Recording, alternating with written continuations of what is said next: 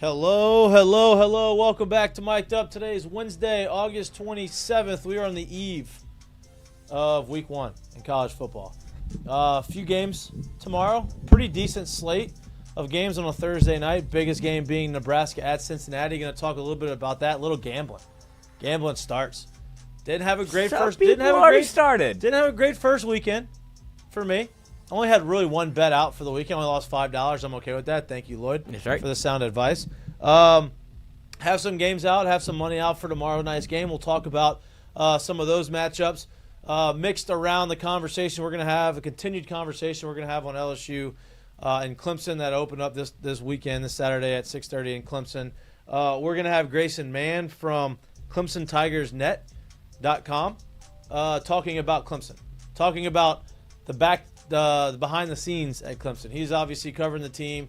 He knows a lot more information about them than we do. We're getting our information from articles, from last year's stats, and all those types of things. So we're going to have a guy who are boots on the ground over there talking to us about how they're feeling going into the weekend and some things that may concern them leading up to the big game. We're also going to have Fletcher Mackel. Yeah, friend of the show. Very reoccurring guest of our show on at 6:10 here soon to talk about The Saints and talk about some of their moves. Obviously, the quarterback battle, the starting quarterback got named in Spencer Rattler. How close was that competition really? Some of the moves they made as far as getting rid of players, signing players. Trey Palmer from LSU, they just got him off of waivers from the Bucks.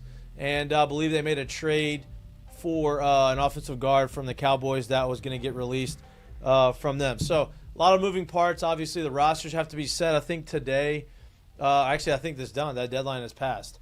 I think it was 4 p.m. Eastern. Rosters had to be set. So we will talk to him about the moves and what went into those things, especially the decision to name a starting quarterback. It's also Ask Mikie and Mitch. We have some questions on social media. We're going to get to those throughout the course of the show, but a lot to talk about. I am very excited about college football is here. About football, right? We have a big show. Obviously, we have guests. We came prepared. We're ready to go. It's me on the show. It's Lloyd on the show. Co-host Jared Mitchell. And for those of y'all who forget, I'm going to start doing better intros. I'm just going to lay it out there right now. So, if you frequent our show, I just usually go right to Jared, right to Lloyd. But I think people forget our accolades. Really, Jared's accolades, not so much mine on the football world. It's certainly not mine. 2-time national champion.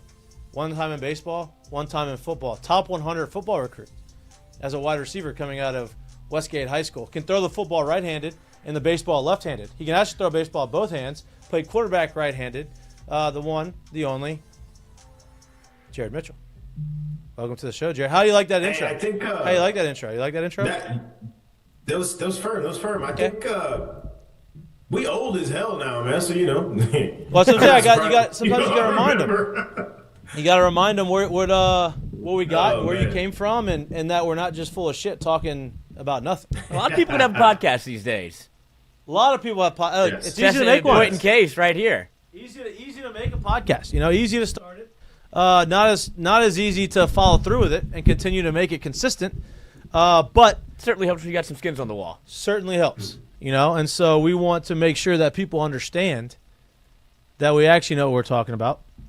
Hey, listen, hand up. Didn't play football in college. I'll tell you that. I think most people know that. But enjoy the game of football. I feel like I got some knowledge in football. Played the game of football my whole life up until college. Had the opportunity to play college. Did not do that. But we have a college football national champion on the show, which is first and foremost needs to be celebrated. Fletcher, waiting on Fletcher getting in there.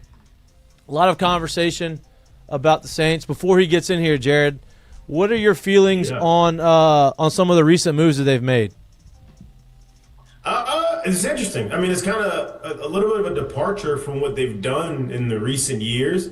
Seems like it's been obviously still the same regime there, so it seems like it's been a little bit of a philosophy change, if you will. And what I mean by that is in the recent years, you've seen a lot of like undrafted free agency or free agent moves at this point of camp, at the end of camp, trying to kind of fill out the end of that roster.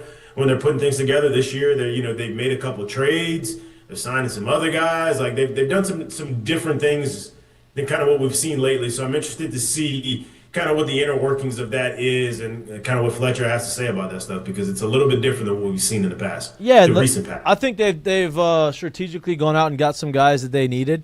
They made the trade with the Denver Broncos, and a lot of people are gonna be like, "Oh, Sean Payton is just fleecing the Saints, getting 2 draft picks for a guy who, is not." But apparently, Sean Payton was extremely high on him compared to Marcus Colston. Yeah. All those types of things, which I'm sure is true. I'm sure like he was high on him. Look, or Sean's still playing golf in Metairie, one of the two, right? Or Sean's saying all of these things to prop it up and make it seem like he's a better player, which I do think he's a good player. He's a guy on our he's a type of receiver that we don't really have. He's a bigger body, longer guy. He had some success last year, but it feels like Sean's kind of propping it up a little bit. Hey, listen, this guy's really talking him up. Even said something, went out of his way to talk about it in a press conference. So we'll see what happens with him. You signed Trey Palmer, obviously speed for days there. Had some success with the Bucks. You signed an offensive guard from the Cowboys, so you have depth. And look, some of those young guys, you drafted your first round left tackle who's looked really good. We're going to talk to Fletcher about that and how that offensive line's been shaping up. There's a lot of conversation to have with the New Orleans Saints. There's not any high expectations on them, which rightfully so, based off of last year and based off the returning team. But, there's been crazier things happen in the NFL, and I think they're putting together a solid group of guys. I think they've gotten younger, which is important. But without shit. May can't handle that Zen without bearing the lead anymore. Let's welcome frequent guest of our show. I think we're considered friends now. Fletcher Mackel, 2-time Sportscaster of the Year. Looking for 3. Wow, look at the glasses, Coach. They look good. Yeah, it's been a long week. And just so you know, not to give away my age here, but I now wear, I guess, like they used to be called bifocals, but now they're called progressives now. Oh. So basically, I'm getting used to some new contacts, and they're a pain in the ass. And so I've been wearing my glasses a little bit more this week. So there you go. You're getting glasses this week. I love it. Look, you look good. You pull them off. You always look sharp. The glasses is a nice little, more sophisticated touch, which is great. I think that goes a long way. Also, let me ask you this. Is my phone the right way? Because, as an old dude, I used to hold it that way. But now they tell me I got to do all my vertical videos. So I hope I look okay. No, you look great. Sideways or something. You look great. You look like you're in a, is there like a conference? Are you in what are you in the, where are you? I'm at the TV station here, so that's our newsroom. Oh, there you go. Yeah. I can't go in the studio because Sharif is doing a taping. You know what? Watch this. Let me move here for us. let me get the full product placement here. Hang on. Oh, there we go. There we go.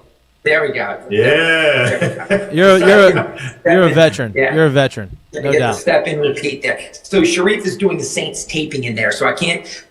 I'm a loud talker, so I usually try to go hide so everybody in the newsroom isn't being like, "Damn, that guy just is insanely loud." So you got tenure there though. You can make the calls. They revolve around you, which is a good thing. You have all the answers, hopefully for us.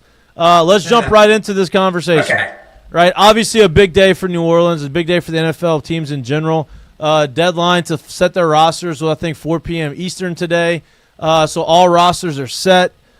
Saints made some moves recently. The biggest move is announcing their starting quarterback, and I think a lot of people thought that their 40th overall pick, Tyler Shook, was going to win the starting job. That is not the case. Spencer Rattler won it.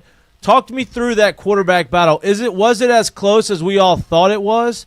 And what was the ultimate decider on why he went with Spencer Rattler as a starter? So I thought it was very close, and I thought they should just go with Shuck, that have some conviction. They drafted Shuck. Right. They drafted him 40th overall. Kellen Moore's the new coach. He's the young quarterback. Sean Payton did that with Bo Nix. Again, I could go down the line of young quarterbacks who, again, I get he's going to get thrown into the fire, baptism by fire in the NFL. It's a much different game than college these days. I am still a bit surprised that Spencer Rattler won the job. Not to say that Spencer's not a good dude and that Spencer didn't grind and work hard and keep it very competitive. My thought is this. I like Spencer Rattler. I think Spencer Rattler is like Aiden O'Connell or Desmond Ridder. He's going to be a destined career backup in the NFL. Even if everything breaks right, he's never going to be some boy. Everybody missed on this guy, and he's Brock Purdy. And look, cue this up if I'm wrong. If he's Brock Purdy this year, cue it up and make fun of me.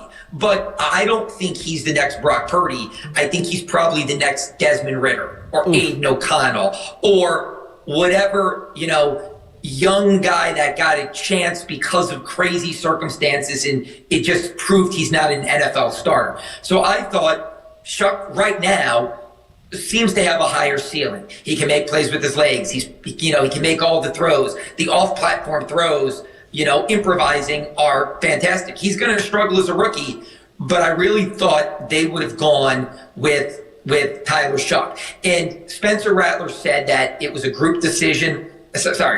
Kellen Moore said that Spencer Rattler, the decision, they met and it was a group decision. Mickey Loomis, Jeff Ireland, Michael Parrington, Doug Nussmeier, the offensive coordinator, Scott Tolzien, the quarterback's coach. And because the two players were so razor thin close in the preseason, they took a couple of extra days, they slept on it, they discussed it. My personal opinion is this.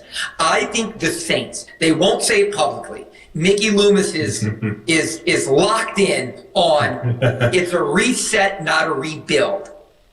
I think this is a full-blown tear it down to the studs rebuild, and they just won't say it because they don't want to lose Kamara and DeMario and Cam. And in the NFL, unlike Major League Baseball and basketball, the gut reno, you don't usually hear that term.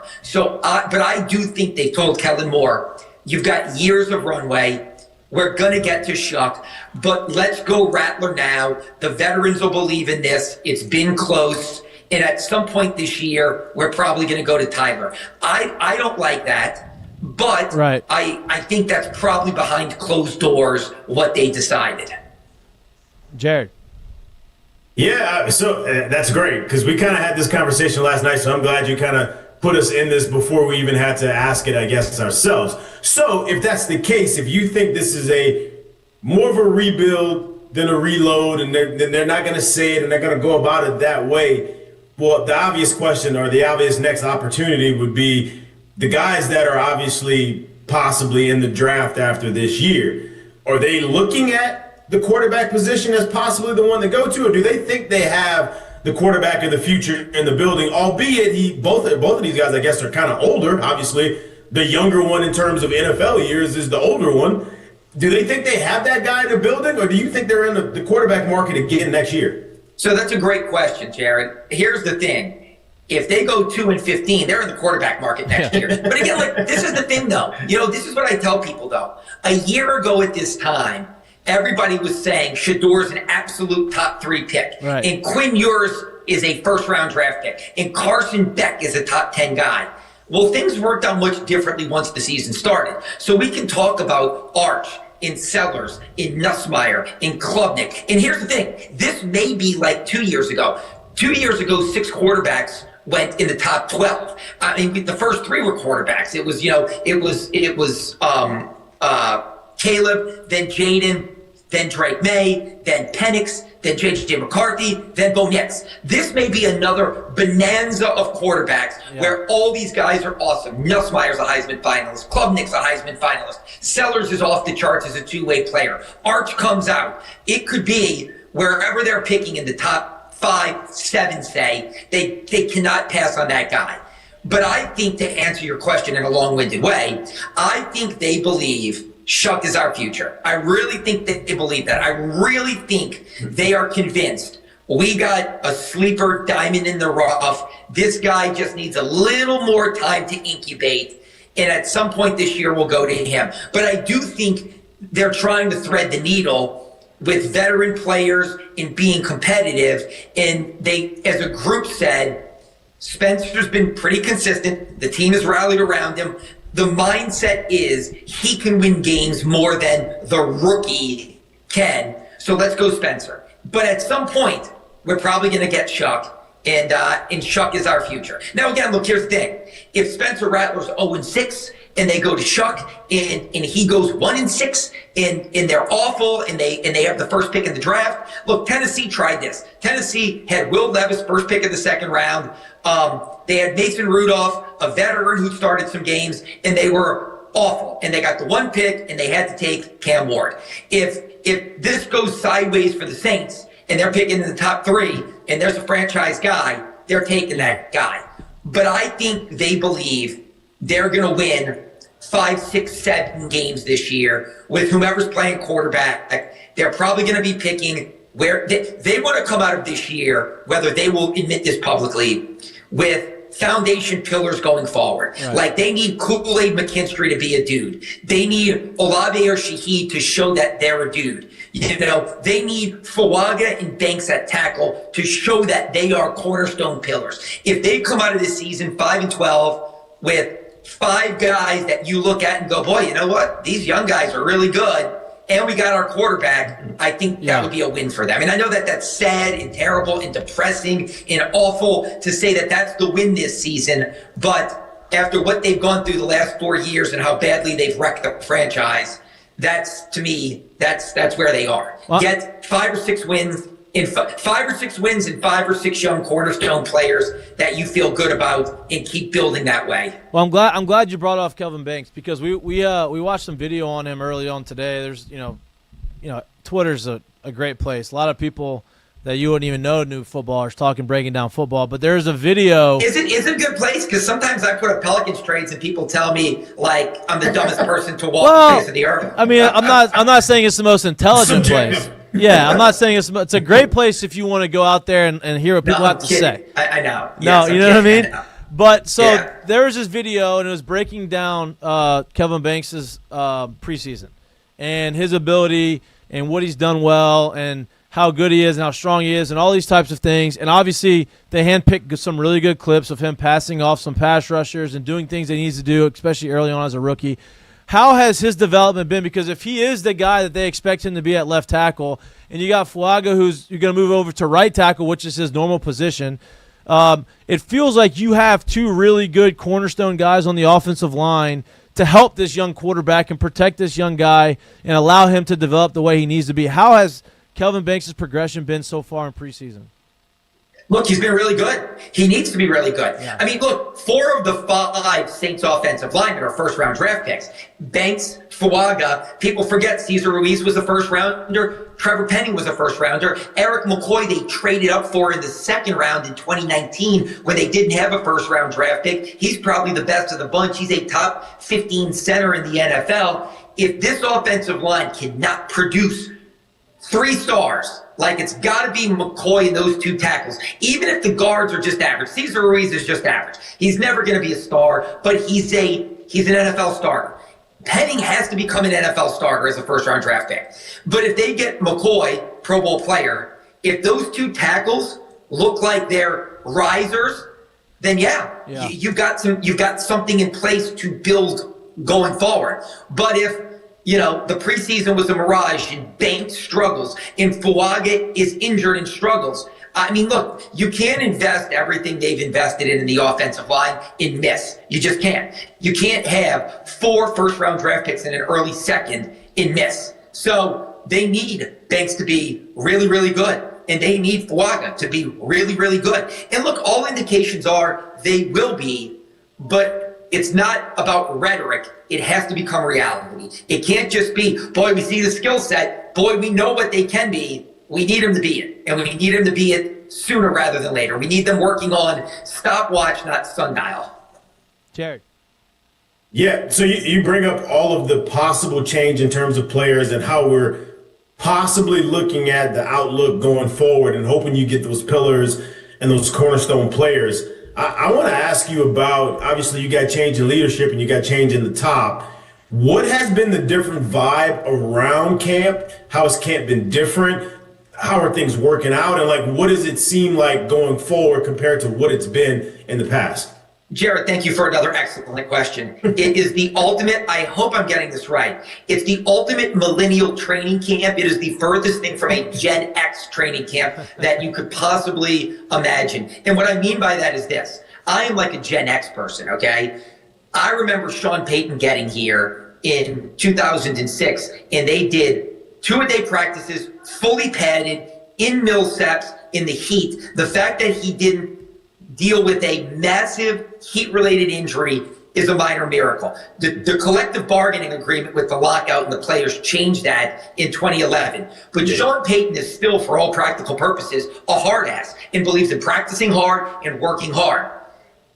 Kellen Moore is 36 years old. He's the youngest coach in the NFL. He's a former player. He believes in, look, we're going to get our work done and we're going to get out. I have never been to shorter practices. 90 minutes in and out. Like, they get in, they work, they drill it, and they go. And it is not a lot of hitting. It is not a lot of intense, like, let me break you guys down to build you back up. It's a, hey, you're great, and I want to enhance. He uses the term superpowers a lot. I want to enhance your superpowers. I want to lean into your greatness. I don't want you to be broken down like the old drill sergeant in the military. I break you down to build you back up my way. This is a, you are great. Let me lean in and help extract your greatness. So there is not a lot of intense, like we've dealt with no injuries really, except for these preseason games. There have been no practice injuries whatsoever. So that's the difference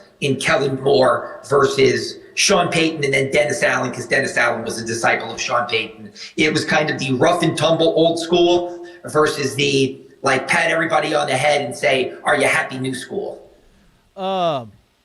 Fletch, I want to talk about some of these moves that they made as far as the most recent moves, right? Making the trade for Devon is it Vele? Vele, yeah. Vele. Didn't get that one right. Devon Vele and I screwed it up a few times too. What was that?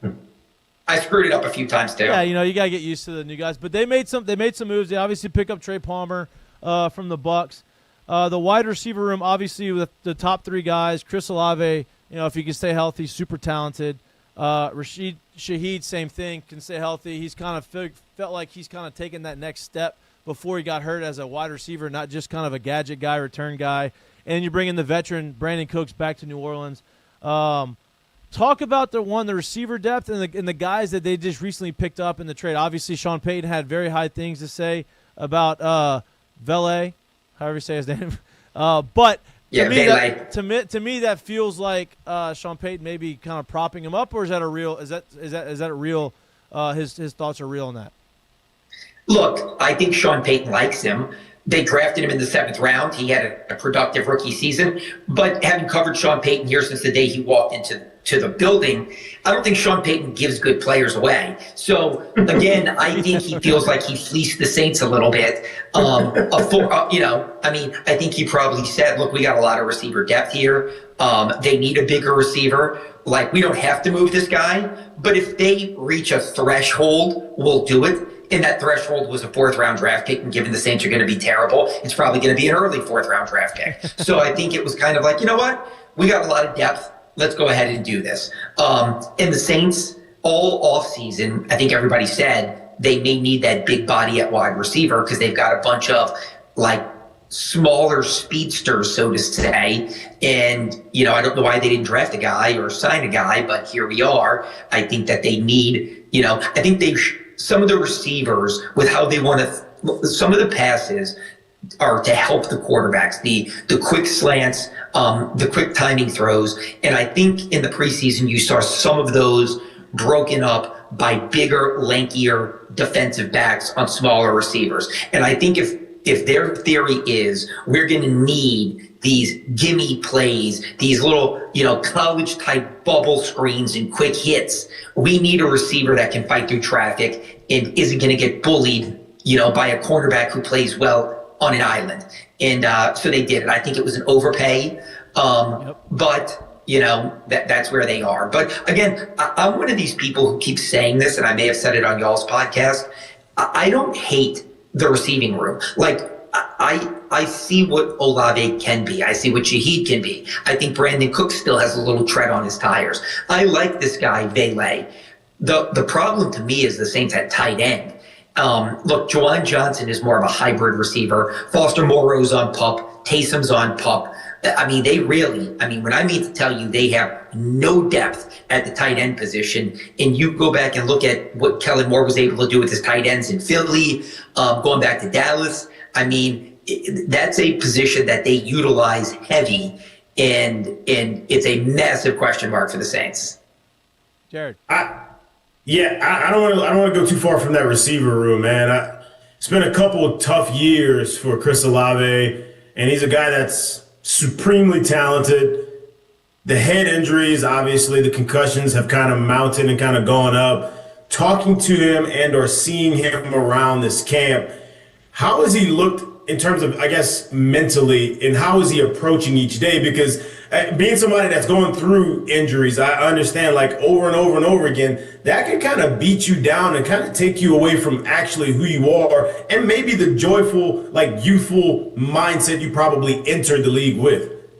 Yeah, I definitely think Chris Olave has matured significantly because of everything he's gone through here. And this is a big year for him. I mean, he's coming up on his first NFL contract, and again, we're going to see the problem is who's throwing to him this year. It's not that he's not a good receiver.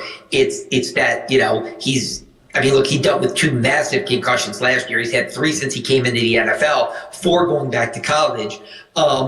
You see glimpses. Now, look, he had a bad drop in a preseason game. So I hope he reaches the potential, because he can do it all. I mean, he really is a fantastic number 1 wide receiver, like these guys that are now getting $25 and $30 million a season. But like I used that term before, if there's rhetoric and there's reality, we can keep talking about what we think he can be, but he has to be it.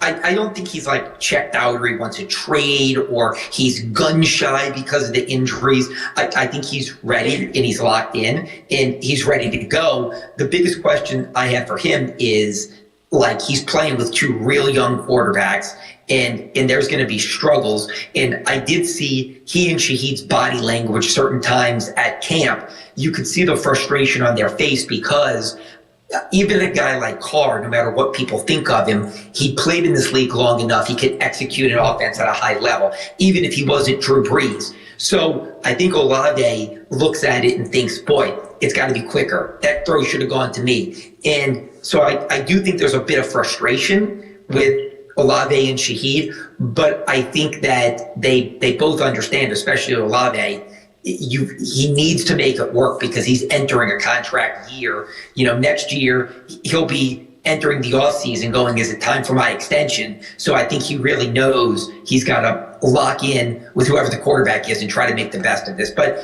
again, I think his mindset is fine.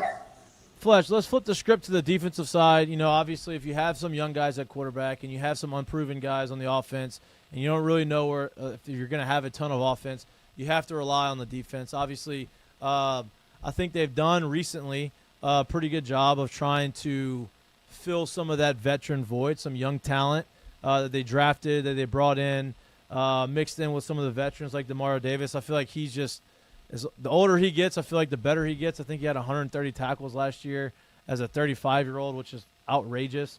What are the prospects of the defense? How good are they going to be? Obviously, they got some veteran guys that have been there forever, but they've drafted some guys. You draft Danny Stutzman from Oklahoma. You draft Jonas Sanker, who actually had a really good preseason. You bring in Justin Reed and Julian Blackman. How's that defense look as far as the way they've been playing? Because they have talent. Have they been able to put the talent together? So I think the defense could still have tread left on its tires. And I'm maybe more optimistic about that unit than I am about the offense. I actually think their secondary could be better because, look, Marshawn Lattimore was kind of busted And I'll say this, Mickey Loomis fleeced Washington last year, getting a 3rd and a 4th round pick out of a desperate franchise. They went to the NFC Championship game, but I don't think he'll ever be the same player. Paulson Adebo left via free agency, and I thought he was okay, but nothing special. I actually think they now have some quarterbacks who could be pretty good. I think Kool-Aid McKinstry has a chance, last year's 2nd round draft pick in 24, to be a really good player. I think that Alontae Taylor in the slot could finally find his footing and be really good. Look, we all love the Honey Badger. He's a legend. But last year, I think he'd be the first to tell you he kind of gave up on tackling and was making a lot of business decisions. He was still a ball hawk, but I certainly think having Justin Reed back there and then adding Blackman, who's a veteran back there, and then Senker, who had a really strong preseason, Quincy Riley, another rookie from Louisville. I see a lot of promise in that young secondary, and I'm very high on Kool-Aid McKinstry. As far as the front 7, you're right, Demario Davis is really good. I think Stutzman will eventually replace him probably next year, because I think that this is more than likely Demario's last year with the Saints, maybe in the NFL, who knows. I mean, we love Demario, but he is, as you said, getting a little older. And then up front, look, the last time the Saints went from a 4-3 defense to a 3-4, it was back in 2013, Rob Ryan's first year, and a guy named Junior Gillette had a breakout season. He was an undersized 4-3 defensive end. They stood him up in the 3-4, and he had a double-digit sack season and got a huge contract. You know, that could be Carl Granderson. You hope that is Chase Young. I mean, you talk about a guy who passes the eyeball test. If Chase Young isn't the first dude off the bus every single game, you're making a mistake. I remember being at the Heisman in 19 with Joe Burrow when Chase Young was a Heisman finalist. And I mean, good God, this guy passes how is he not a superstar given the way he looks and operates physically? It's hard to believe. But I do think both those guys could flourish standing up in this new system. So I'm actually more optimistic and think the defense may keep them in some games. I just think the offense with the young quarterbacks and questions on the offensive line and that tight end and that receiver, I just think scoring points is going to be very difficult for this team. Well, look, if you're going to watch the Saints, if you're going to watch football, you want to have something that you can, look forward to. And if they're going to have a nasty defense, at least that'll get people watching. Hopefully, like you said, keeps them in some games. And maybe the offense outperforms some of the early expectations in the year. Maybe they get off to a good start and make it interesting. I'm not saying they're going to go make the playoffs or do anything like that. But having one side of the football being with some hype behind it kind of gives us a little bit more to look forward to when the season starts. We will have you on throughout the course of the year if you have us. I'm here for you. You're always welcome on our show. We appreciate you always. I don't want to keep you too much longer. So we appreciate your time as always. We appreciate you always making time for us and working us in your schedule. And if there's ever we can do anything for you, just let us know. You got us. Oh, let me just tell you, we're coming next summer. We just announced Live Golf here today. And so my brother and I have our charity golf tournament. So I'm going to continue to badger you all to play in it every summer if you're not on vacations with your kids, or Jared's at the World Series, and stuff like that. If the dates ever fall in the right way, I'm going to be making my bullying phone calls and texts. No, please do. Don't ever stop. Don't ever stop. Listen, my golf game's on the rise. I'm looking forward to it. Jared, too. Okay. Jared's been swinging the sticks. No, it's not rising. It's just playing. It ain't rising, though. It's just Jared, you play lefty or what? You play lefty? Lefty, yeah. But we can call it. I don't know if you really want to call it play yet. I never understood lefties who play golf righty. I'm just kind of like, you're a left-handed hitter, just bat left-handed. I agree. Yeah, I'm trying not to make it too complicated, but, Yeah. Okay. Yeah. Well, Fletch. Yes, please. Anytime you want me, I'm here for you. I appreciate you, man. As always, we appreciate you, and have a good day. Cool. Okay, well, pretty much what we anticipated. Offense is going to stink. Defense could be good. Could be. We'll see what happens. Oh, we're going back to back. Yeah, we're just going. Look, this is efficiency. This is what efficiency is called. This is what's called efficiency. We're going to get into the recap of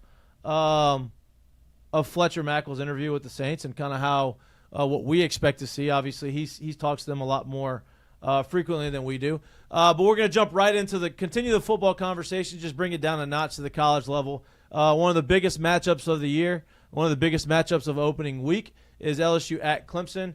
We've had a lot of conversation about that leading up to this week, more so from the LSU side. This is our way of not being completely biased and having another voice speak about Clemson, and not just from what we read and what we've seen last year.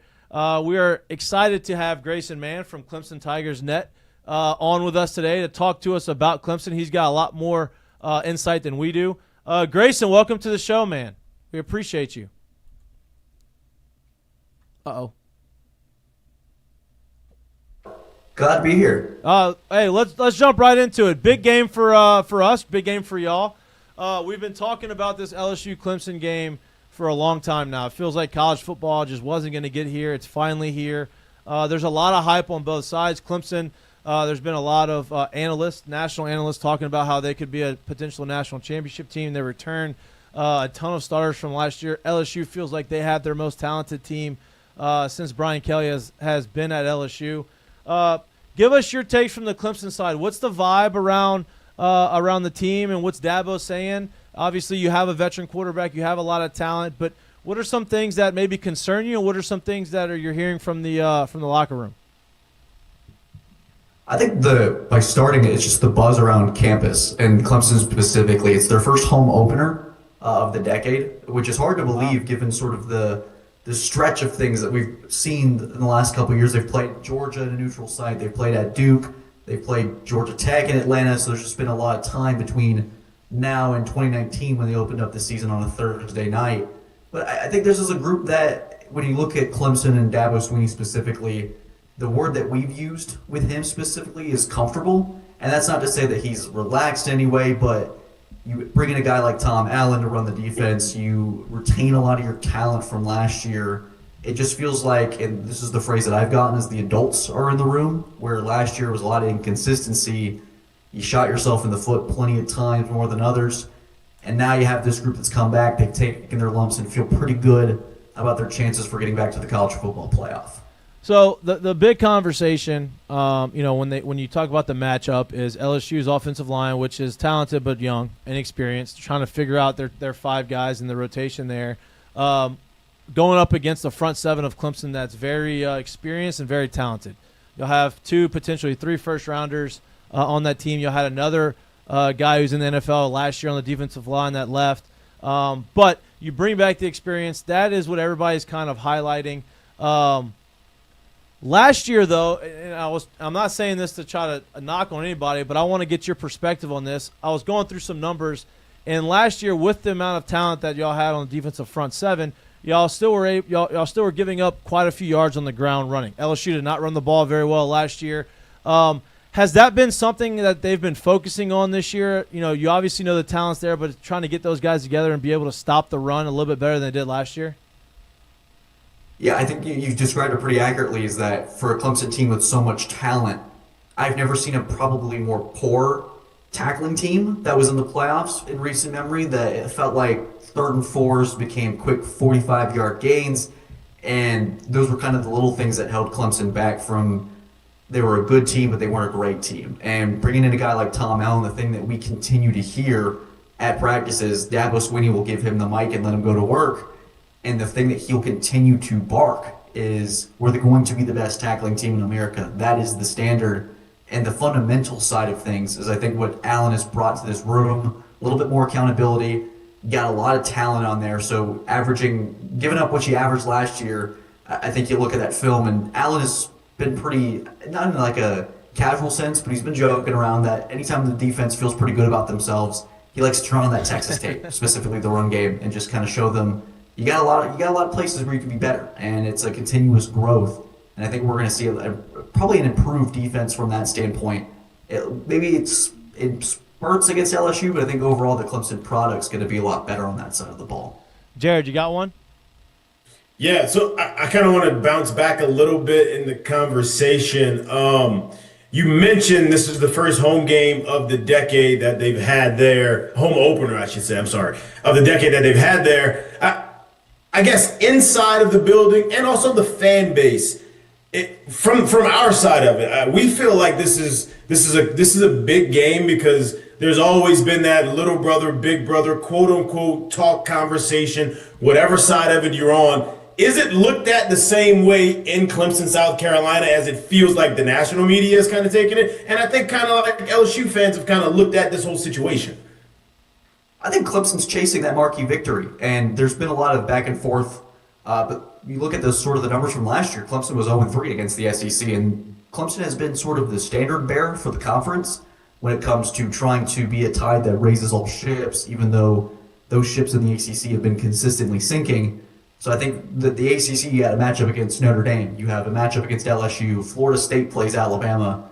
But everyone's looking at that Clemson game going, that's probably their best shot to secure that marquee victory that the conference desperately needs. And so, yeah, you could look at it as little brother, big brother. That's kind of just the nature of the talent that the SEC has in comparison to the ACC. I've always viewed Clemson as an SEC school and an ACC conference. And that's just kind of the talent level that they hold. Looking at it from both sides with LSU as well, Brian Kelly certainly could use an opening victory. He hasn't won one since he's taken over at LSU. I don't think LSU's won an opener this decade. Correct me if I'm wrong. So, yeah, since 2019. So don't bring it up. We know about it. Okay, don't bring it up. Yeah. I don't mean any foul play here. If anybody's gonna say anything mean, it'd be us. Yeah, right. Listen, you're not gonna say anything that we haven't said. I can promise you that. You talk about marquee wins. You talk about starting the season off with big games, and obviously Clemson is returning a lot of veteran guys. LSU brings a ton of talent that way. We know what our concerns are going into Clemson, but on the Clemson side, what are you most concerned about for Clemson going up against LSU? Well, there's a ton of talent on that LSU offensive side, and Clemson's actually pretty familiar with one of those wide receivers in Barry and Brown, who had himself a afternoon in the Gator Bowl against Clemson 2 years ago. And it's just a dynamic room. Garrett Nussmeier is one of the best quarterbacks in the country. And so when you look at that matchup specifically, my top concern when it comes to positional is going to be safety. There's a lot of talent in that room, but again, it's different where we hear from coaches, man, they really had a great practice or a great scrimmage today, versus they really dial up a look from LSU and made a big play when there's 80,000 fans screaming on a 3rd and 7. There's just a different reality to it. So when I look at that, can Clemson shut down that aerial attack? I feel pretty good about the matchup in the front 7 if I'm a Clemson fan. Mm-hmm. But if you get into a situation where Nussmeier starts dicing things up, you're probably getting in your seat a little bit more nervous than you were entering the stadium.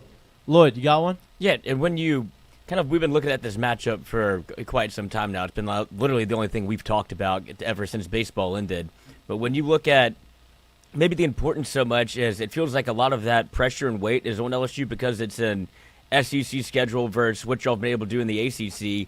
Does it feel like there's more pressure on LSU going into this game as versus Clemson? Like Clemson, I heard you want to be the standard bearer, you want that marquee win. But when you look at the conference as a whole, you did it last year where you can drop some games and then still be able to play for an ACC championship, ultimately win, and get to the college football playoff.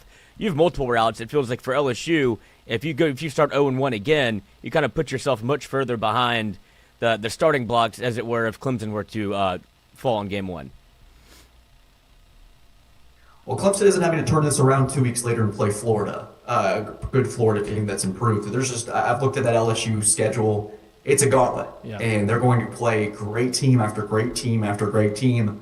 So if you start 0-1 again, like you alluded to, not only are the fans thinking, well, here we go again, it's, well, let's look at the slate in October or November, and man, we could have used that game in week 1 as a cushion. And I think the playoff committee, let's say LSU's 10-2, and their losses are to an Alabama and Clemson, I still think they get into the playoff.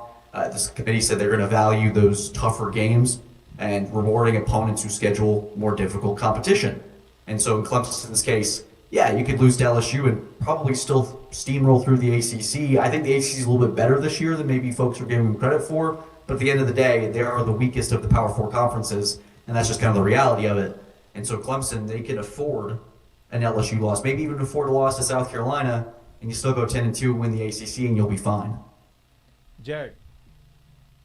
Yeah, as I'm looking through the roster, and I mean, it's an experienced club that you guys are bringing back. There's a lot of guys that have played a lot of high-level, high-caliber ball. when I'm looking at the receiver room and you're looking at guys like Wesco and Williams coming back, who I would imagine are the leaders of that receiving core, what else is in that room that would make an LSU fan say, okay, we got something to look at, because that, I would imagine, is probably one of the strengths of the team as well.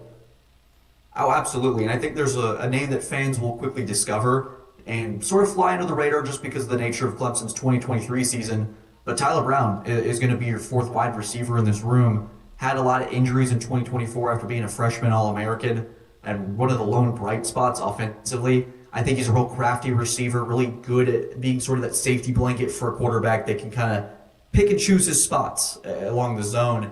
And so you have these high flyers in Bryant Wesco, TJ Moore, and Antonio Williams. But I think guys like Tyler Brown, and even someone like Tristan Smith, who transferred to Clemson, this receiving room's got a lot of weapons and they can do a lot of different things. So Klubnik as a quarterback, it's very friendly to him because you have a lot of options. He's trusted them a little bit more as the season went on. We saw a lot more contested balls where Klubnik was just letting his guys go to work. And I would expect more of the same against LSU, really test that secondary. There's a lot of talent everywhere when you look at this matchup, which makes it so much fun to talk about. And so we'll finally get those answers in a few days here. And when you talk about the talent, obviously, in the Clemson wide receiver room, it made a decision to be able to put a former wide receiver at running back and Adam Randall. Was that part of the decision to move in there? Because he obviously comes back for his senior year to switch positions whenever that's somebody that could have, if he wanted to hit the transfer portal, go play wide receiver somewhere else, but you bring him back as a running back. He got some licks at Texas, so I think he had 4 carries. But what's the confidence level in having him move to running back and how you expect to kind of use him in the run game?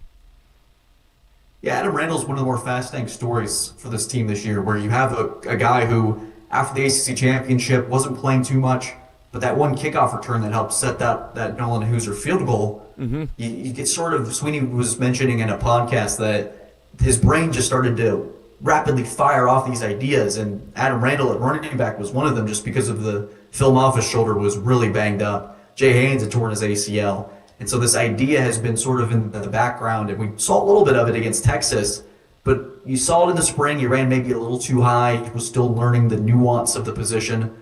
But I'll tell you guys, from everything that I've heard from inside the building and just talking to a lot of people that are familiar with the situation, Bennett scrimmages, they think Adam Randall's going to be a problem. And maybe not. You look at that size, and a lot of people had said the name Derrick Henry, which I don't think Derrick Henry's a comparable player just because of the nature that he plays at. I think Cordero Patterson is the name that I continue to hear that's probably the more fair, accurate comp for someone of his skill set, that you could still bring him out wide and is really grown as a rusher. I do think that Clemson's rushing attack just has to be adequate, because you saw last year against South Carolina, SMU, Texas, defenses knew that Phil Maffa wasn't running with football just because of the nature of his injury, and Klubnik had to be perfect in every single outing.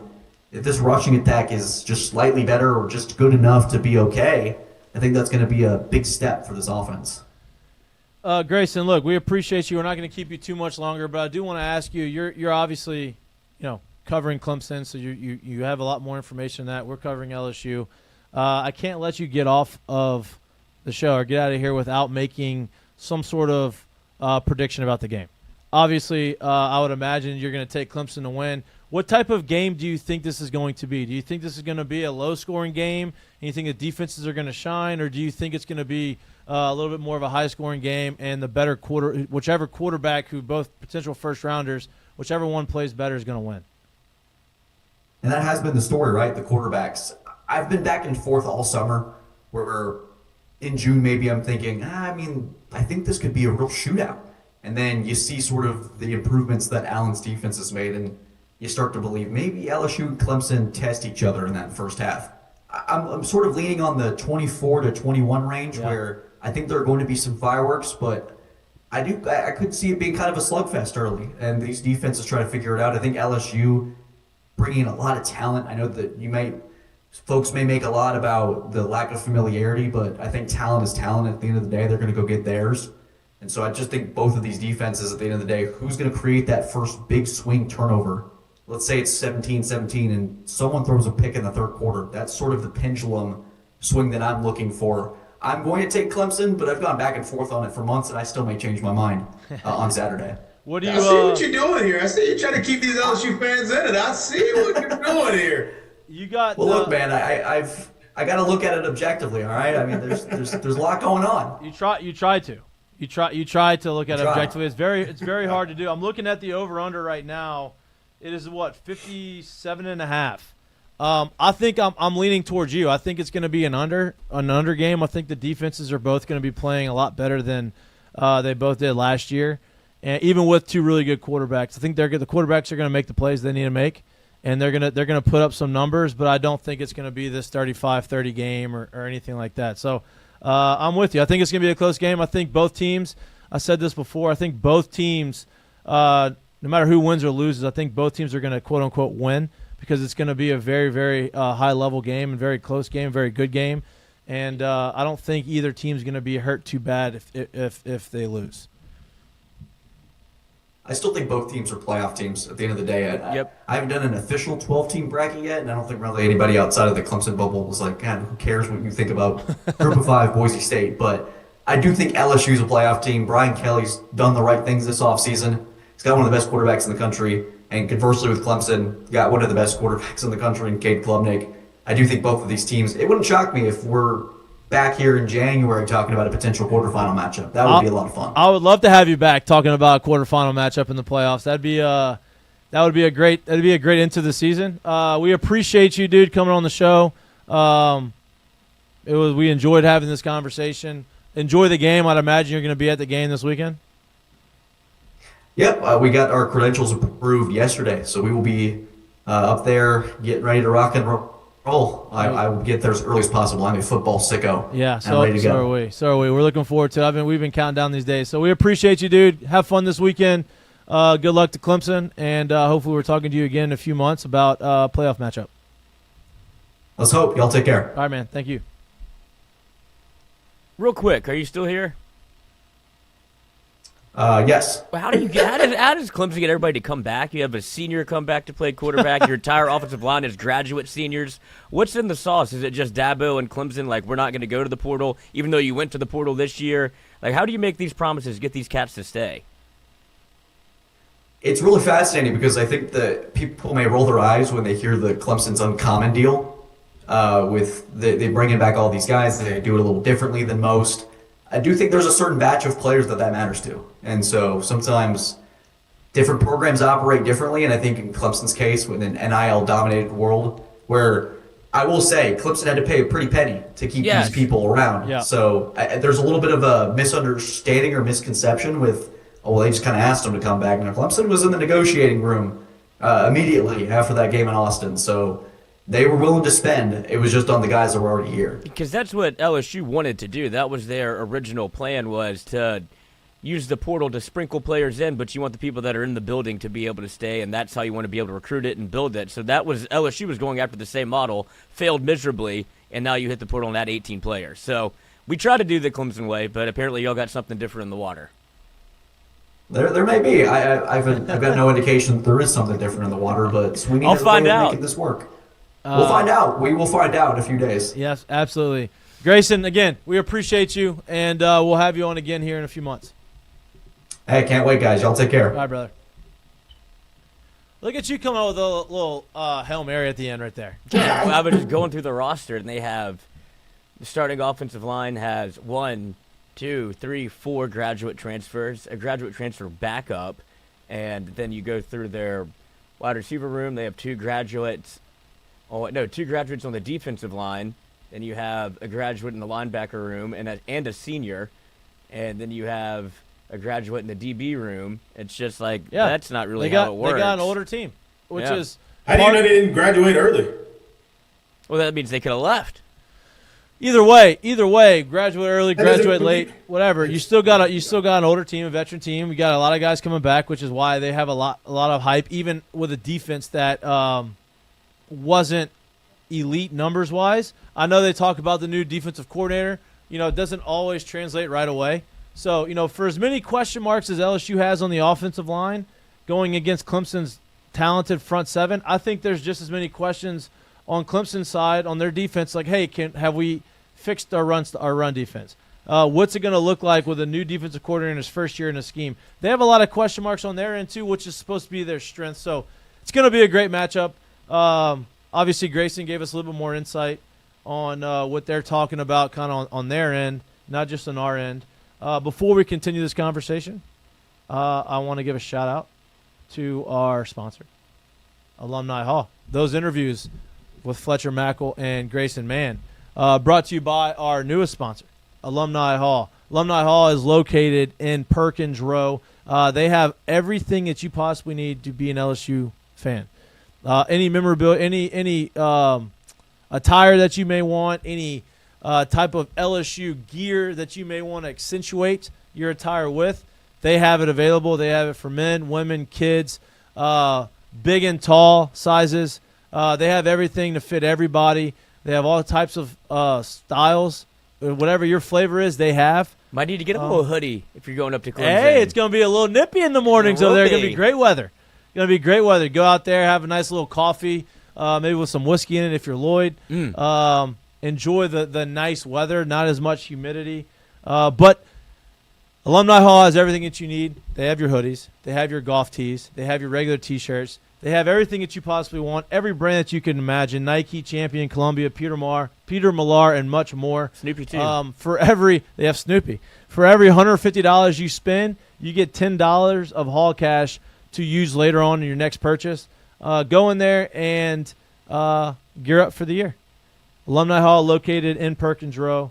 They appreciate it. We appreciate it, and we're excited to have them as a partner of Mik'd Up. All right. Let's get back into this conversation. Did he say anything to y'all? I mean, he didn't really give us too much of like Homerism, everything that we didn't really know. But is there anything he said that you're like, okay, like maybe this changes my mindset on something, or is it just kind of status quo? I'll go with this. Well, first things first, I'm gonna be honest with you, Mikey.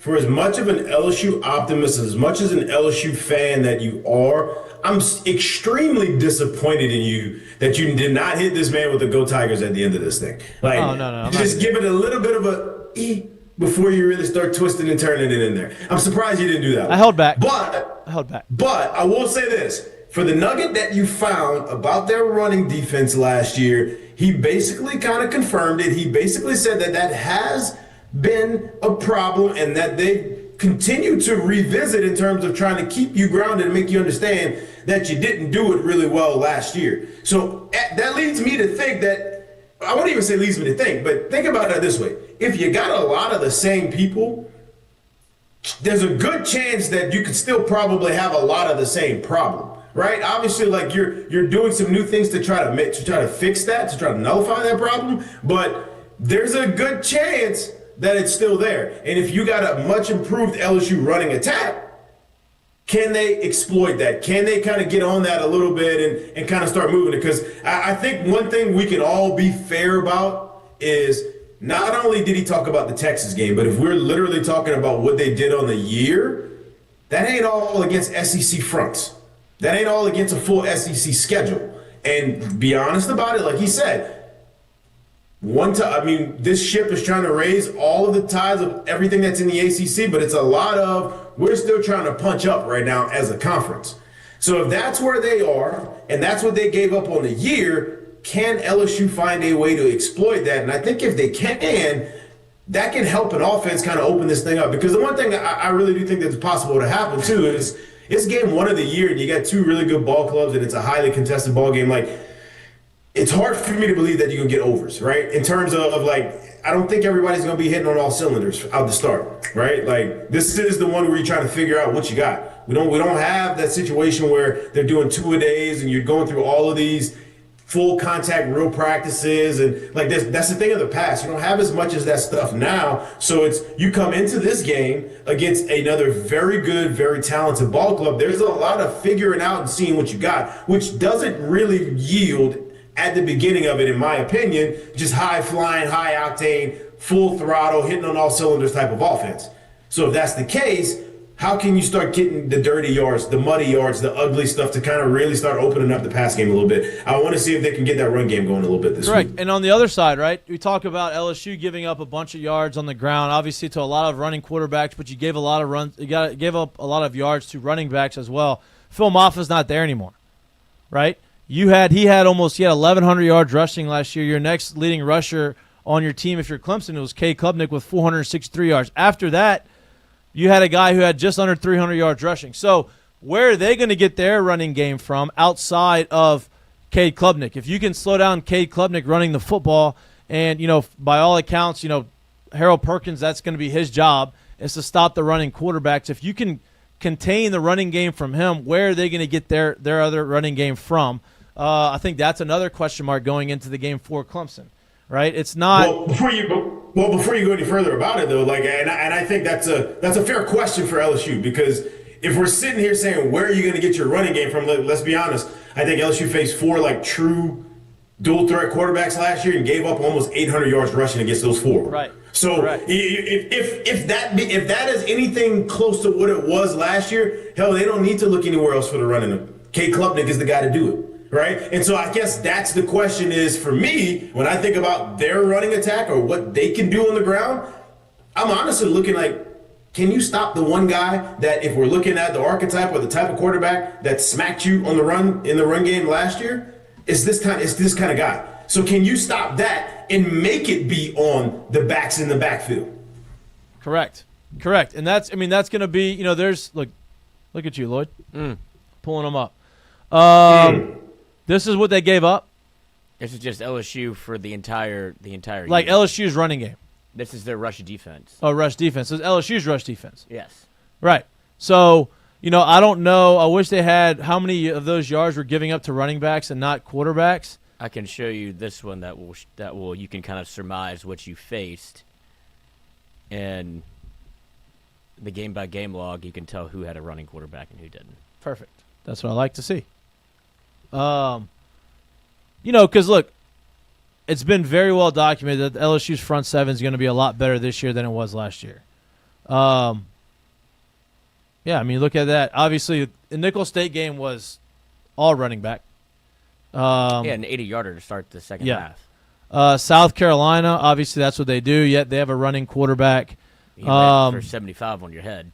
Correct. Ole Miss, I think most of those yards are from the running backs. Not South Alabama game was a little bit. I think that was that Gio Lopez. Am I wrong about that? Yep. The what? So I think he put a little bit on you too as well. Yeah. Yeah, correct. Alabama, obviously, a lot of that comes from a lot of that 300. Well, that's 2 years in a row too. Yep. A&M, a lot came from. Now they had a nice balanced attack, but you had Marcel Reed have a lot of rushing yards. So yeah, I was about to say the second half, Marcel Reed probably put up a very strong amount of that. But you look at that, and the running game wasn't great. I think what made it not good was the running quarterbacks, obviously. So if LSU could figure out a way just to contain him and not allow him to run at will, similar to Marcel Reed, similar to Jalen Milroe, similar to Lenore Sellers, then I think you put yourself in a really good spot. Now, it's been very well documented how much better LSU's front seven is this year than it was last year. I would imagine the LSU's run defense is going to be significantly better. I think that's a matchup that hasn't been talked about as much as the other side of it, is how is our offensive line going to face their front seven? Well, how is their offensive line and their running game going to fare against our new front seven? Right? Are they going to be able to move the football on the ground consistently? If they can't, and you make them one-dimensional, we spoke about that earlier in the week, then I think it greatly increases LSU's opportunity to win the game. Yeah, definitely. That's a fair point. We got a good one coming up, boys. You got a primetime ball game.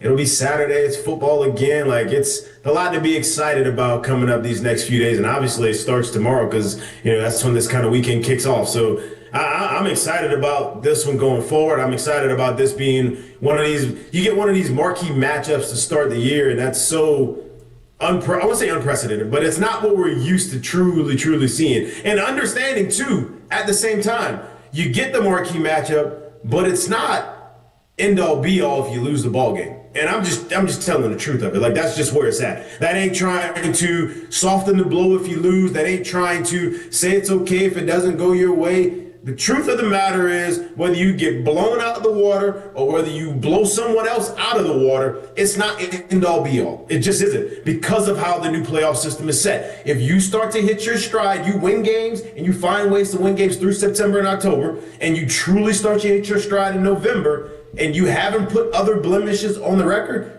you're sitting in a good spot no matter what happens in this one. And that's what you got to think of it as. So you got to go into it understanding that you can play without having to play tight. You can play fast without having to worry about it being bad, without having to worry about it being wrong. Because at the end of the day, we need to know what we got, and we need to know how to correct it going forward, because that's when we talked about the schedule, like, you got to get it right for the rest of it, for sure. Correct.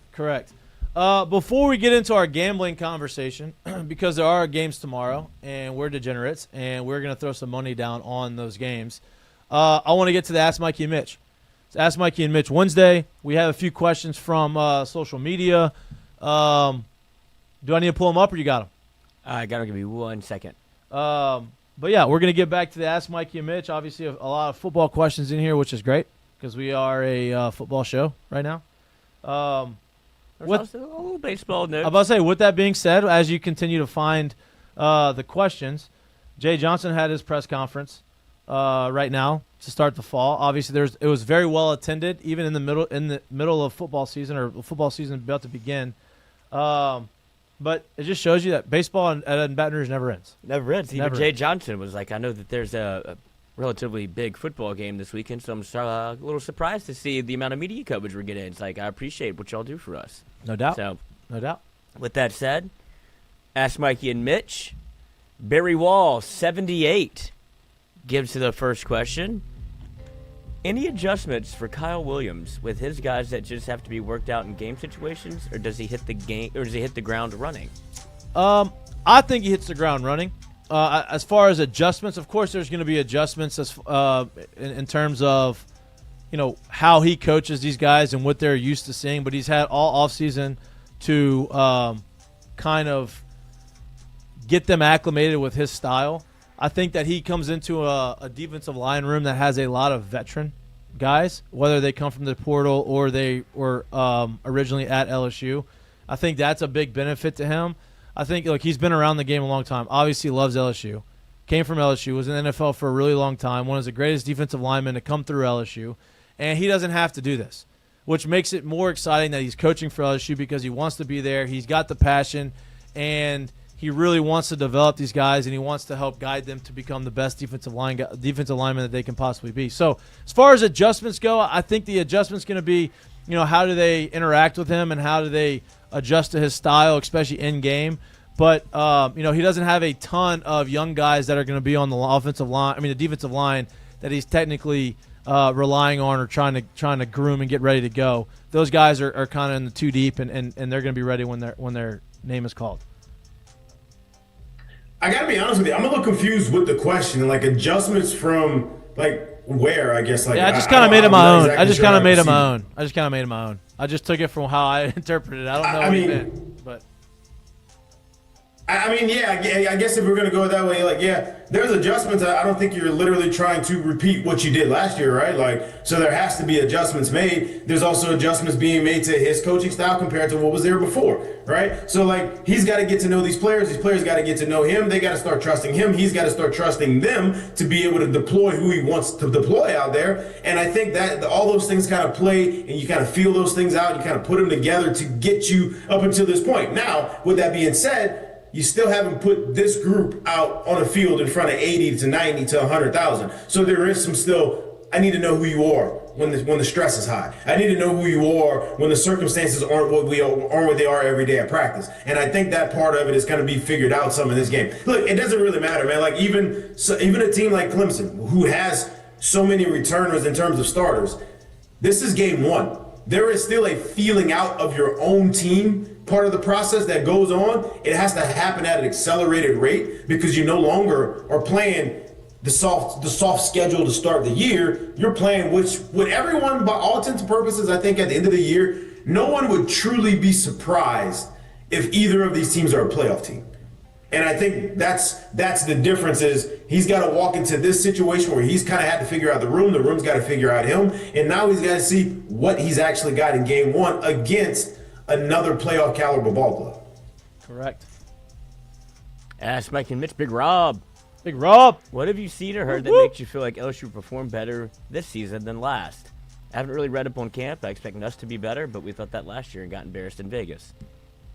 Jared, you want to start this one off? Yeah, I mean, year two. I mean, think about it. Like, let's tell the truth. Year two of Joe Burrow was a little bit different than year one of Joe Burrow. Year two of Jaden Daniels was a little different than year one of Jaden Daniels. I would imagine year two of Garrett Nussmeier in the same offense is probably going to be a little bit better, especially as they continue to mesh all these receivers together than year one was, right? So I think that's a big part of it. I think what you saw in Blake Baker in a year ago, and obviously the defense wasn't great, but the jump they made from where they were the year before, which is completely away from what LSU standards is, right? The jump they made, can you make that same type of adjustments? If you do, that next jump puts you in the top 20-ish type of defense, right? Then if that gets you in that spot, it puts your offense in a much less stressful, I need to score 35, 40 just to have a chance to think I'm going to win this ball game. So I think the adjustments, the things you're looking to see is, can you continue to come? Now, we know they've put together a very talented roster, right? But now you need to pull that roster together. That collection of talent now needs to play like a band of brothers. The chemistry has to happen. Those are the things you're looking to see. Will they come together? And if they do, which I expect them to, how quickly will they come together? Right. And, yeah, I guess to answer the question, what makes it feel different this year than it did last year? Last year, I think that you nailed it, right? Obviously, you have a veteran quarterback who has a full year under his belt, who had a really good year.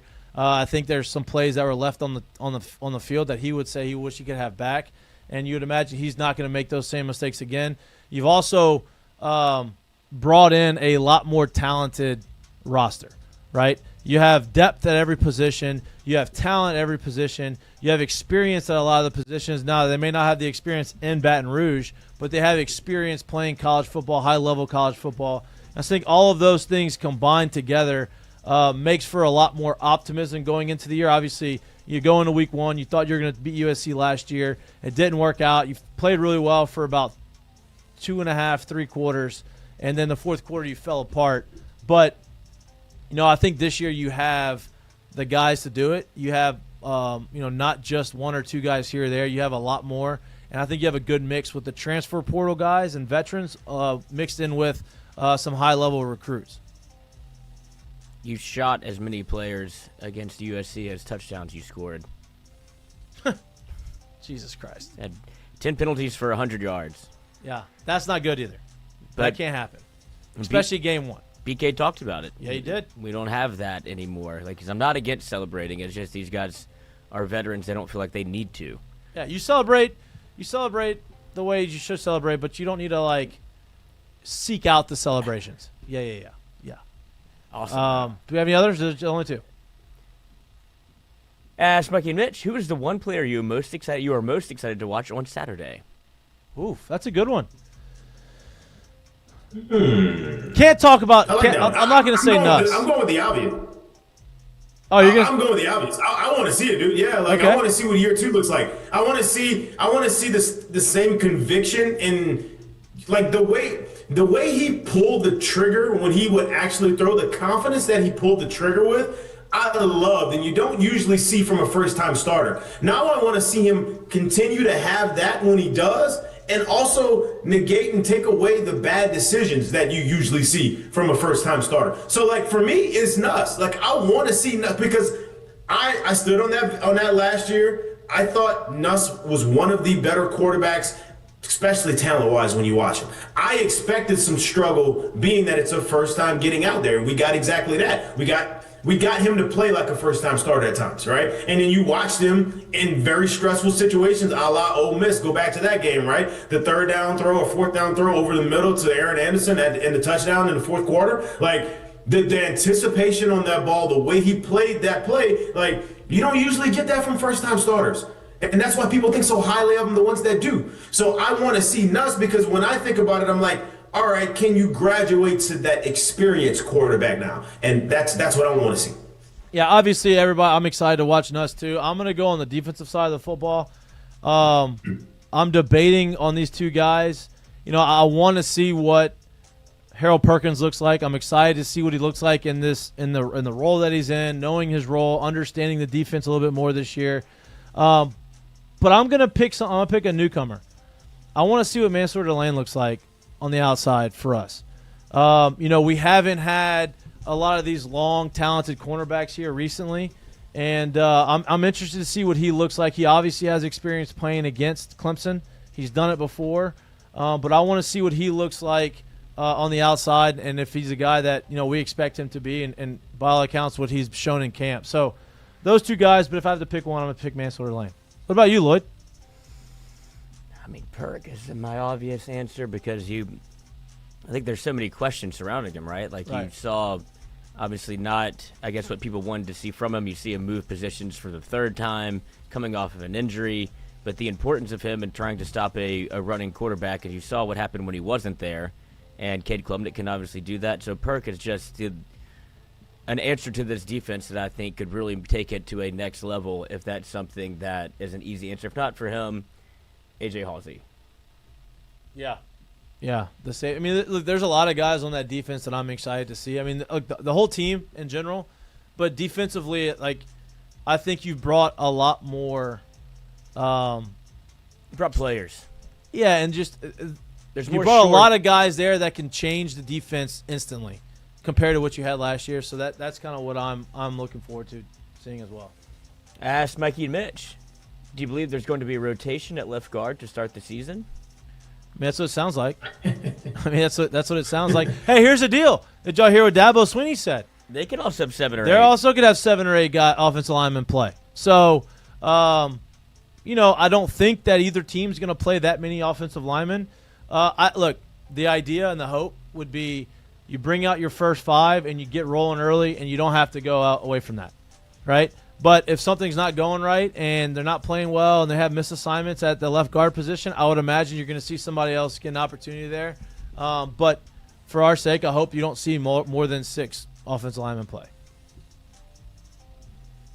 I would be surprised. Once again, like I said, today's football is not the same as what it used to be, and I don't mean that in a bad way. I just mean the work that you're actually able to do in camp. You can't do the 2-a-days like you used to. They're not going to hit. They're not going to do the scrimmaging that we used to do as well. So there is some questions about, like, who do we have and what exactly do we have in these situations.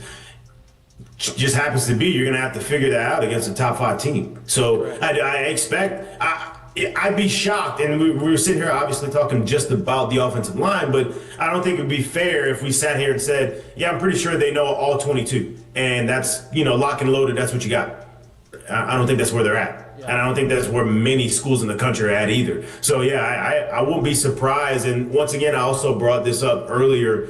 Who knows if that 6th and or that 7th is in these heavy sets where they're doing things we're not used to seeing, 2 tights or maybe two tackles that they bring in a tackle eligible, even if they might not be throwing the ball. Like, we don't know what that means. You know what I mean? And that may be a little bit of gamesmanship as well. So we'll see. Yeah, we'll see. Is that all we got for Ask Mikey Mitch? That is all we got. We appreciate the questions from Ask Mikey Mitch. Ask Mikey Mitch brought to you by our newest sponsor. Oh. Relief Pulse. Relief Pulse. They pride themselves on communication and relationships, similar to what LSU football does. It's all about communication. It's all about building relationships. That's what they stand on. They're not just another transaction for you. They use very high-end materials, cutting-edge designs to make your custom pool. If you're going to pay for a custom pool, you should get a custom pool, and that's what Relief Pools they do. They offer lifetime warranty, and they offer financing for starting at $300 a month. Great people involved with this company. I'm very fortunate to be part of, or at least a spokesperson, and them being part of our team here at Mik'd Up. They do extremely, really good work. If you haven't seen Relief Pools, look at that interview on the top. Baseball star. Yeah. Hey, you know whose house that is on the top, Jared? Yours. That's yours. No. That's Taylor Dugas' brother. No, that's yours. Not my house. I'm interviewing other people on their houses. But they do custom in every sense of the word. You get to pick out your tile, you get to pick out your material, you get to pick out your design. They don't just give you a bunch of default designs, cookie cutter designs, and let you pick. You get to design the pool, your dream pool, and that's the way it should be. When you pay custom pool pricing, you deserve a custom pool, and that's what Relief Pools does. If you're interested in looking to build your dream pool, Now's the time. now is the time. Listen, it's winter's approaching. The winter's not very long here, so it's the perfect time to do it. Enjoy nice little fall weather in your pool. Call 225-364-0146 to start your conversation today. All right, let's talk gambling, boys. First slate of games start tomorrow. 4:30 is when the first games are kicking off. That would be Boise State at South Florida. Boise State is favored, I think, by How much? 6.5. I think at Central Florida. I mean, at South Florida, obviously. Long travel for Boise State going there. First game of the season, though, they're all excited. I'm not going to consider the travel as much as I would if it's in the middle of the season. I believe it's 6.5 point spread. I like Boise to cover that. Boise's starting the season ranked off in the top 25. Boise's always kind of one of those group of 5 teams that is right there in the mix for a playoff berth. South Florida, I think they lost a couple guys in the portal. Obviously, Bernard Gooden being one of those guys who came here to LSU. I like Boise State minus 6.5 there. Look, we're not going to put our parlay together until Friday, but yeah, I'm right on board with you there though. I like Boise State 6.5. I don't think it's too big. South Florida's always got a good program, especially lately. They have given fits to people. Obviously, most notable, what people remember is them giving fits to Alabama in Tuscaloosa as well. But I like Boise in this one. I like the spread for them, and I will go with that. Lloyd, you're on the same page? You don't love it. Don't love it. Early game for everyone. Boise State obviously is going to get the nod, and probably I would think the spread would be a little inflated just because of the names. But it's 50-50 on the money. Then I'm going to tell you why. One certain USF quarterback named Byron Brown. Yeah, they like him. As they should. As Byron Brown obviously had a down year last year. He got injured, wasn't able to put up the stats he did in the previous year where he was almost in the running to win a Heisman Trophy, where he ran for 800 yards, threw for 3,300 yards, and had accounted for 37 touchdowns and only 11 interceptions. That's pretty good. So, yes, he has made the freak list. What is it, Bruce Feldman, standing at 6'3", 240 pounds. And he could jump 42 inches. He ran a 4.4. That is a freak. He's a freak show. Yeah. That's Derrick Henry playing quarterback. So it is. That's the only person. That's the only. I would hate to bet against somebody that at that position could actually. Okay. Do you like the over under 62.5? If I do anything, it would probably be the over. Okay. Just because of I would hate to be on the other side of somebody I knew about, and I was like, oh, I didn't even trust what I've read and what I've seen. Correct. Okay. I like that. You know who's blocking for him, Lloyd? I'm just asking. No clue. This is the only person I know on the team. And that's what happens this early on. You don't know the guys yet. You know, there's a lot of moving parts. Yeah. You just go. I'm going with the proven commodity. I'm going what I know.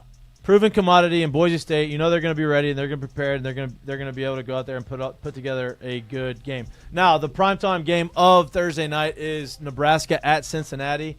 I believe Nebraska is favored in that game by 6.5. A lot of hype going into Nebraska this year. They're not ranked. Are they ranked in the top 25? I don't think they're ranked in the top 25. I believe they are. Are they? Right at 25, if I'm not mistaken. I think that was Boise State. No, Boise's right at 25. Oh, not currently in the top 25. Not currently in the top 25, but they're probably right on the outside of it. Obviously, Dylan Raiola is coming back as their quarterback. Year 3 in Matt Rule. A lot of positive conversations coming out of Lincoln, Nebraska about the Cornhuskers. They start the season on the road against Cincinnati. He's always a little pesky. I'm going with the proven commodity. I'm going with Dylan Raiola, obviously a talented guy. I'm going with Matt Rule, who's proven that he can do it in college football and put together a really good offense. I like Nebraska covering the 6.5 against Cincinnati. I like it. I like it on the road. I don't know if I like him covering. I like him winning. I would take probably the money line in this situation. I'm not exactly sure I would take that. But listen, I do like Nebraska in year 3 of Matt Rule there, year 2 of Dylan Raiola being the starting quarterback there. And by all accounts, he's one of them dudes that's supposedly a dude that guys love playing with. And when you get a guy like that that's got some experience and he's got his second year in that offense with obviously a coach that is fully on board with him, you would expect year 2 to be a lot better, or let's say that you expect there to be a jump in year 2. Yeah. So I like them. I don't know if I love them in terms of covering, but I would take the money line and winning this ball game on the road to start the year. I like it. Lloyd? Lloyd's doing the math in his head. He's crunching numbers. He's Rain Manning. But it's taking a long time to do that damn No, math. I'm hearing him talking to himself. He's Rain Manning this thing. Yeah. I can hear him too. 8-5 last year. They showed flashes, and I'm a huge Matt Rule believer because he's come into programs and I am too. turned them around. You have Dylan Raiola, which I think you talk about Nussmeier going into year 2. I think it's just as big for Raiola to have that freshman year under his belt than go into his sophomore year. Kind of slows down for him. He's obviously an elite player, was committed to Georgia at one point, top 3 quarterback in the country. His brother might be better.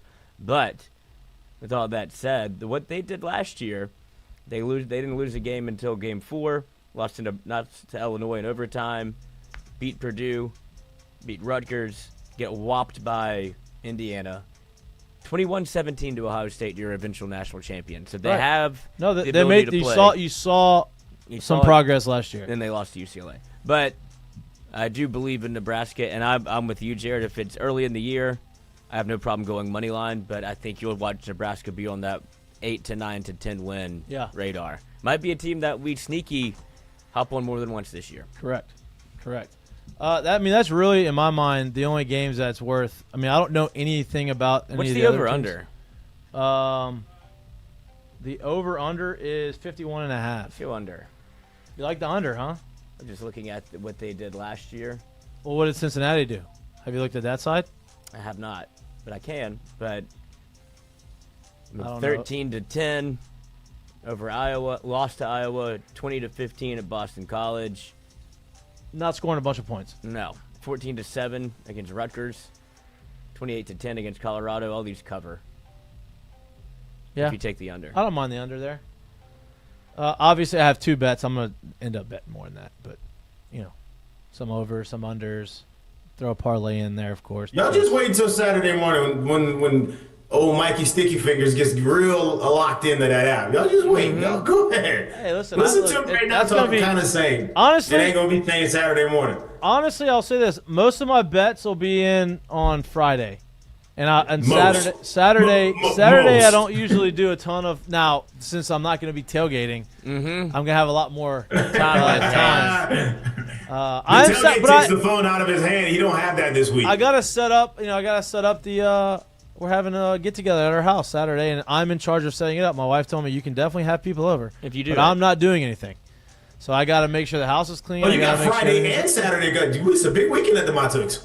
Oh yeah, fantasy football Yeah. draft. Well, the wife's not at the house tonight. She's getting in. On Friday. She's getting in late Friday night. She's on a work trip. She's flying back in late Friday night. So the house will be spotless by the time she gets there. And then Saturday, it's just about getting ready for the game. That's at 6:30. So, look, I take that back. I will be probably gambling during the day. And on wait for Saturday. that late bomb to come in on LSU. No, and then you know what's going to happen? It's not the late bomb. I already took my LSU bets. It's going to happen again. The late bomb is going to be Pac-12 after dark, or the West Coast teams. It's not really a Pac-12 anymore. That's what's going to be. The danger zone? Yep. Like, damn. Either I'm on a high from LSU winning, and I'm like just really getting after it, or I'm on a low, and I just need something to get my mind off of the fact that LSU lost again. Folks, don't let him lie to you. If that early slip goes well, Pac-10 After Dark will be getting some play. If it goes wrong, it's going to be getting some play. Listen, it's getting played no matter what. Don't let him lie to you. I'm just gonna let that know. There's gonna be some plays happening late night. That's just the reality of it, and I'm okay with it. I'm embracing it. Are those the only 2 games tomorrow? No, I mean they got a bunch on Friday. You talking about? Yeah. Auburn Baylor is Friday. But that's something that we're gonna talk about before. We have a whole nother. Oh, yeah, Thursday. I'm sorry, Thursday. Yeah, there's a lot of other games on Thursday, but you have Oh, yeah, all these are dog water. Yeah, you just don't really know. You have Miami, Ohio at Wisconsin. Wisconsin's 17.5-point favorites. The over-under in that game is 40.5. Oh, that's great. Yeah, Big Ten football at its best right there. Stephen F. Austin at Houston. Buffalo at Minnesota. Tennessee Martin at Oklahoma State. So you don't have a ton of marquee matchups. Half week. It's the half week. It's not week 1 on Thursday. Tarleton State at Army.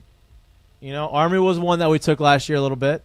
And we were on Navy. But then Army at the end of the Army year. got hot. Yeah, then Army at the end of the year. Look, football's back. That's the only thing that matters. Friday, That's what I'm Auburn, excited about. You got good games on Friday. On Thursday, Friday, and then obviously on Saturday and on Sunday. Notre Dame, Miami on Sunday. Saturday, they whop you over the head. Yep. College football's here. And then we're going to put together our Mik'd Up parlay. That if you followed us last year, you won some money on it. All right. Great show today, boys. Great show. We'll be back live in studio on... Nope. What am I doing? We got our Seggies. Mistake of the day. We do. And it was funny. We just talked about It was somebody that we just talked about. Dylan Raiola with a quote, all-time quote, because there's been a little bit of maybe, are you trying to look exactly like Patrick Mahomes? And he says,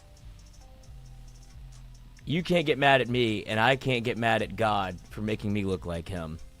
And all-time pivot, something that I might put into my playbook, as you can do some different things if you're Dylan Raiola. Well, and here's the deal. I don't think God made you put on those sunglasses or cut your hair that way or cut your facial hair that here's way the or deal. wear the same necklaces. Here's the deal. Look, if you want to look like him and all that kind of stuff, okay, that's fine. You can say that.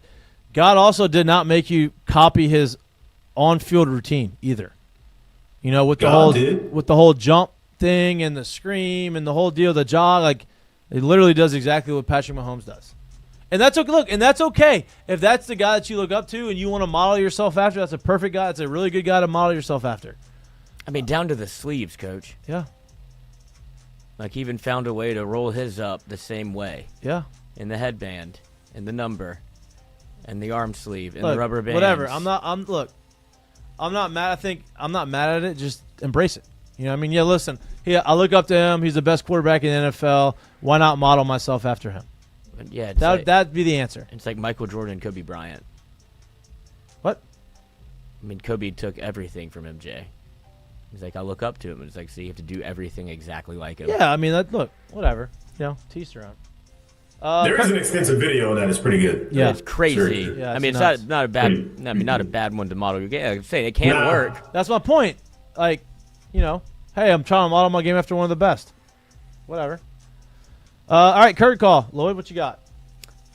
A long time in the making. Yes. For one, Josh Williams. Can that be the show curtain call? That's what I wanted to do too, but... Oh, sure. Yeah. Absolutely. We had the... Can we say this? What did we say last year? At the back end of the year, we said, hey, depending on what he does on his testing, he's going to make a... And then after he had his pro day at LSU, we thought he was going to get drafted. Didn't get drafted. But we said, hey, this guy's definitely going to make a team because of his ability to pass protect, because of the fact that he's athletic and he did his pro day was bananas, and he's going to be a perfect special teams guy, and he's willing to do whatever he can. And sure enough, I didn't mean to cut you off, Lloyd. Oh, no, we were saying the exact kind of the same thing. We were doing a podcast when Kyle Kasky just got out of coaching and was looking for a way to stay involved in football, to put his name out there, hopefully get another job, which he did. So he coached, but before that, he was a running backs coach in the NFL for, 10 years with the Cincinnati Bengals. And we were watching an LSU football game, and he did no real research on LSU yet. Right. He was watching tape. Just using his eyeballs. And it was Josh Williams and stuff, popped off the screen to him. He goes, I don't know who that is. I don't know how much he plays, but mark my words. And this is before he was 18. He's like, that's an NFL football player. He does everything the right way. I don't know how he's going to make a team, or I don't know if he'll get drafted, but I know he'll make a team. He's somebody that will run down on kick, he's somebody that will punt block, punt return, kick return, all the things that you need. And what most impressive thing is, he knows how to fucking pass block. Yeah. He always knows what he's doing. And so from that day on, we've been watching Josh Williams a little bit differently, So not surprised at all. He's to see, jacked, dude. Oh my God, He is a freak. I didn't realize. I mean, until his pro day, because like the uniform at LSU didn't really do him any favors, as far as like, damn, this guy. And then you go watch him run and jump, and like, damn, this is strong. And then I mean, you watch how he plays, and that shows you. But like, yeah, he's I didn't know he looked like that with He's his put shirt together. off. like what? Are you putting it up there? Yeah. Okay. Yeah, he's shredded. He's shredded. Good for him though. Walk on. Let's Yeah. not forget that. Walked on LSU 118, made an NFL team. Good for him. That's awesome. I think that should be a show curtain call. Unless anybody has got any extra ones. Jared? I said I like that one, especially heading into the start of the season in football. Yeah, like I like that one. I'm with that. It's a big one. No doubt. From what he did last year to being able to go and have the quiet, like nobody expected those pro day numbers and performance to be what it was. So from having a quiet span of where obviously like there was no Josh Williams conversation, and then to go into pro day and do what you did, and then get an opportunity in camp and do what you needed to do to find a way to make a team, like yeah, bro, like that's what's up. 4.45, 42-inch vert, bench pressed 225, 23 times, and had a 10-8 broad jump. Yeah. And still didn't get drafted. Nope. But he made a team. Made an eighth And that's team. all that matters. All that matters. All right. Great show. Appreciate y'all tuning in. We'll be back live in studio on Friday. Little quick, obviously, Friday feel-good show with a lot of gambling conversation. Not as much of a preview of LSU Clemson just because we've been doing that for so long. Talking about our predictions, score predictions, and then put together the mic'd up parlay. Appreciate y'all watching. Please like and subscribe to our YouTube channel if you can't watch us, but you like listening to us or anywhere you get your pods. We love y'all. Enjoy Thursday night football, college football. Enjoy the last night before college football officially kicks off for everybody. And we'll see you again on Friday. We love y'all. Peace. Damn, just a thumbs up, huh? That's all right. We'll get there. We gotta work harder, baby. We gotta work We gotta hard. work for it. It wants more from us. We'll get there. We'll get there. Gotta work for it.